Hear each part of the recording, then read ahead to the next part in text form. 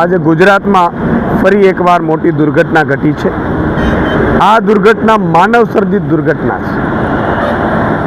સૌરાષ્ટ્રી મધ્ય ગુજરાતના જોડતો બ્રિજ જે પાદરાના મુંજપરા પાસે ગંભીરા બ્રિજ છે એ તૂટી પડ્યો અને 4 વાહનો, ટ્રકો અને પિકઅપ વાન સહિત 4 વાહનો નદીમાં ખાબકી પડ્યા। અત્યારે જે સમાચાર મળી રહ્યા છે એમાં 2ના મોત થયા છે, 3 લોકોના રેસ્ક્યુ કરાયા છે।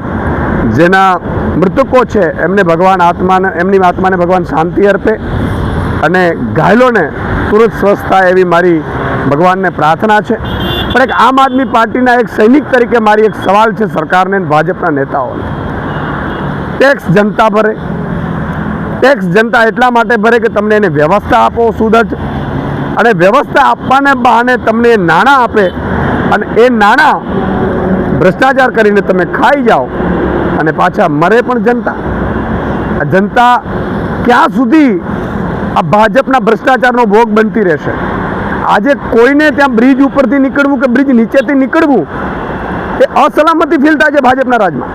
આ ભાજપે કેવું ગુજરાત બનાવ્યું છે કે જે ગુજરાતમાં લોકો બ્રિજ નીચે ઊભા રહેતા પણ ડરે છે અને બ્રિજ ઉપર ચાલતા પણ ડરે છે। યાર, બ્રિજના બ્રિજ તૂટી જાય અને એ પણ ગંભીર રીતે 2 ભાગ થઈ જાય બ્રિજના, ત્યાં સુધી એમણે એક તો ભ્રષ્ટાચાર કર્યા, બીજા નંબરમાં એ જર્જરિત બ્રિજ છે કે નહીં એની ચકાસણી કોણ કરશે? એ જર્જરિત તો વાહન વ્યવહાર બંધ કેમ ન કર્યું? આ તમામ સવાલ સરકારની સામે ઉપસ્થિત થઈ રહ્યા છે। અમે નિષ્પક્ષ તપાસની માંગ કરી રહ્યા છીએ અને બીજી વાર કોઈ પણ નાગરિકનું આવી રીતે મોત ન થાય એની પણ અમે સુદૃઢ વ્યવસ્થા થાય એવી માંગ કરી રહ્યા છીએ। અને સાથે સાથે મુખ્યમંત્રીને કહેવા માંગીએ છીએ કે માત્ર ભોળપણથી રાજ્ય નથી ચાલતું, ભોળપણથી ઘર પણ નથી ચાલતું। જો તમે આ રાજ્ય ચલાવવાને સક્ષમ ના હો તો તમારે રાજીનામું આપી દેવું જોઈએ। લોકો મરી રહ્યા છે તમારા રાજમાં અને તમારા ભ્રષ્ટાચારના કારણે અને તમારા આ ખાડાકારના કારણે લોકો મરી રહ્યા છે। તમને 161 આવી એટલે એમ છે કે વિપક્ષ છે જ નહીં કાંઈ, વિપક્ષ વગરનું ગુજરાત થઈ ગયું એટલે તમને મજા પડી ગઈ એવું લાગે છે।